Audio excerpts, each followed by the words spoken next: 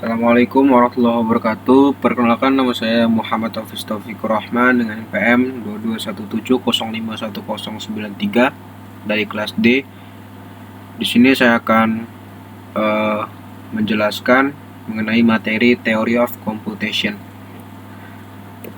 Di sini ada table of content, apa saja yang akan dibahas pada video kali ini. Yang pertama adalah Introduction to Theory of Computation. Yang kedua, Theory of Computation, Conclusion and Summary.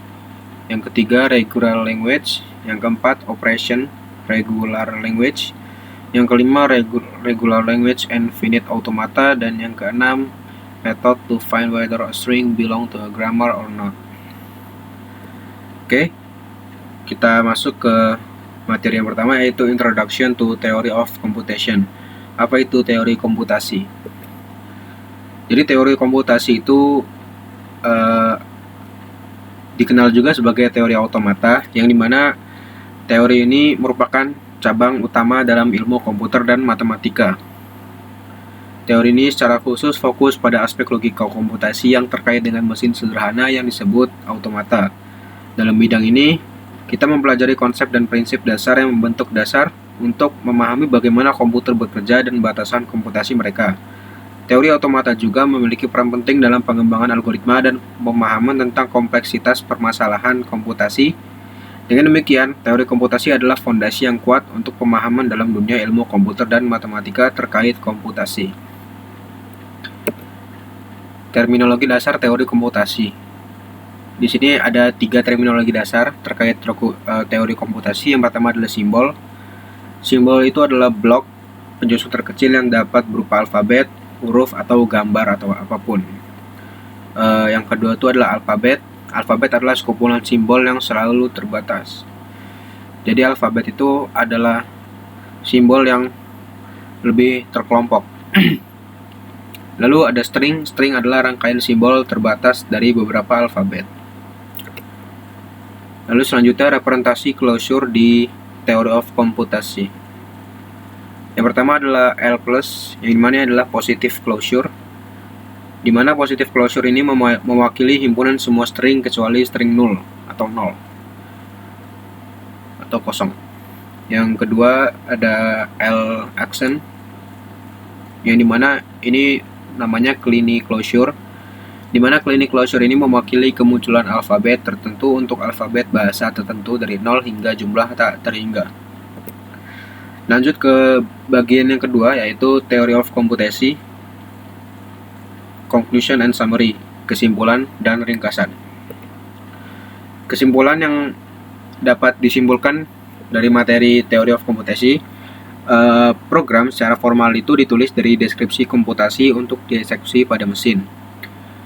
Kami telah mempelajari bahwa Theory of Komputasi berkaitan dengan formalisme yang membantu membangun program yang efisien. Algoritma yang efisien menghasilkan program yang lebih baik yang menggunakan sumber daya perangkat keras secara optimal. Pemahaman yang baik tentang teori komputasi membantu pemrograman dan pengembangan mengekspresikan diri mereka dengan jelas dan intuitif, sehingga menghindari kemungkinan masalah yang tidak dapat dihitung saat bekerja dengan model komputasi. Dan selanjutnya ada ringkasan. Automata teori atau teori automata juga dikenal sebagai Theory of Computation. Ini adalah cabang teoritis ilmu komputer dan matematika yang berurusan dengan logika komputasi terkait mesin sederhana yang disebut automata. Automata membantu dalam memahami bagaimana mesin melakukan komputasi dan menyelesaikan masalah. Teori ini dikembangkan untuk mendeskripsikan dan menganalisis perilaku dinamis sistem diskrit. Beberapa terminologi dasar dalam teori komputasi mencakup simbol, karakter, alfabet, himpunan simbol, dan string, urutan terbatas dari simbol dari alfabet. Selain itu ada konsep closure atau penutupan dalam Theory of Komputasi, seperti positive closure yang mencakup semua string kecuali string 0, dan clinic closure yang mencakup semua kemungkinan pengulangan simbol termasuk string 0. Theory of Komputasi memiliki aplikasi luas dalam pemodelan dan analisis sistem komputasi, serta membantu dalam memahami dasar-dasar komputasi yang digunakan dalam pengembangan perangkat lunak dan pemecahan masalah komputasi. Lalu selanjutnya ada Regular Language atau bahasa beraturan.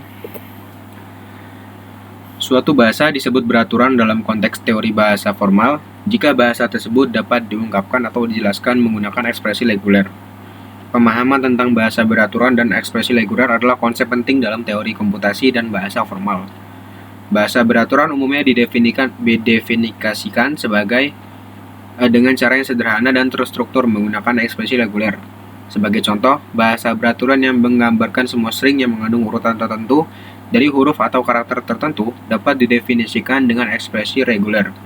Ini memungkinkan kita untuk secara formal dan sistematis mendeskripsikan bahasa ini tanpa perlu mencantumkan semua kemungkinan string secara eksplisit. Lalu selanjutnya ada operasi pada bahasa reguler atau bahasa beraturan. Di sini terdapat 3 operasi bahasa reguler. Yang pertama itu union. Jika L1 dan L2 adalah bahasa reguler atau bahasa beraturan, gabungan keduanya L1 union L2 juga L1 or L2 juga akan reguler. Lalu yang kedua ada intersection. Jika L1 dan L2 adalah dua bahasa beraturan atau reguler, perpotongannya L1 and L2 juga beraturan. Dan yang terakhir ada clinic closure. Jika L1 adalah bahasa reguler, clinic closure-nya L1 aksen juga akan menjadi bahasa reguler. Lalu lanjut ke bahasa reguler dan automata terbatas. Tadi bahasa reguler sudah dijelaskan pada slide bagian yang ketiga, jadi mungkin akan langsung ke automata terbatas. Jadi automata terbatas itu digunakan untuk menganalisa pola. Dibutuhkan serangkaian simbol sebagai masukan dan mengubah statusnya sesuai dengan itu. Ketika simbol yang diperlukan ditemukan, maka terjadilah transisi. Automata dapat tetap dalam keadaan yang sama selama transisi atau berpindah ke keadaan berikutnya. Finite automata atau automata terbatas terdiri dari 2 keadaan. Satu adalah keadaan terima dan yang lainnya adalah keadaan tolak. Ketika string masukan berhasil diproses dan robot mencapai keadaan akhirnya, maka ia akan menerimanya. Lanjut ke jenis automata terbatas atau finite. Automata hingga definistik atau automata finite definistik, disingkat DFA. Deterministik dalam DFA mengacu pada keunikan komputasi. Mesin akan beralih ke satu status hanya untuk karakter masukan tertentu di DFA. DFA tidak menerima perpindahan 0. Yang kedua ada automata terbatas non-deterministik NFA. Singkatannya NFA. NFA mentransmisikan sejumlah negara untuk input tertentu. Ia dapat menerima perpindahan 0. Lanjut ke bagian yang terakhir, yaitu metode untuk mencari string itu apakah termasuk grammar atau tidak. Berikut adalah langkah-langkah umum untuk memeriksa apakah sebuah string termasuk dalam sebuah bahasa grammar. Yang pertama, tentukan tata bahasa atau grammar. Mulailah dengan mendefinisikan tata bahasa secara formal menggunakan notasi seperti Backus Norm Form atau BNF atau Extend Backus Norm Form atau ABNF. Pilih metode atau alat parsing yang akan digunakan. Pilihan umum meliputi parser rekursif turun atau rekursif descent, parser LLK, parser LRK, atau generator parser seperti ANTLR, Yachts, atau Bison.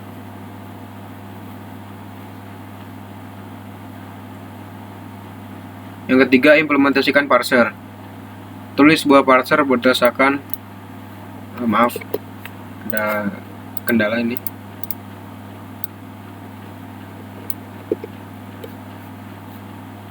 Oke, kita lanjut.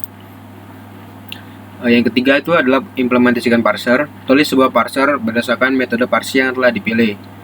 Parser harus menerima string input dan secara rekursif menerapkan aturan produksi untuk menentukan struktur string tersebut. Yang keempat, proses parsing. Mulailah parsing dari aturan tingkat atas dalam tata bahasa, biasanya simbol awal, dan terapkan aturan-aturan tersebut secara bertahap untuk memecah string input. Selama proses parsing, Anda mungkin perlu melacak posisi saat ini dalam string input dan melakukan backtracking jika aturan tertentu tidak cocok. Yang kelima adalah validasi. Jika proses parsing yang berhasil mengonsumsi seluruh string input dan mencapai sebuah state yang dapat diterima atau accepting state, maka string input tersebut termasuk dalam tata bahasa atau grammar. Jika tidak, maka string tersebut tidak termasuk dalam tata bahasa atau grammar. Oke, terima kasih atas perhatiannya. Mungkin cukup sekian yang dapat saya sampaikan. Kurang lebihnya mohon maaf. Wassalamualaikum warahmatullahi wabarakatuh.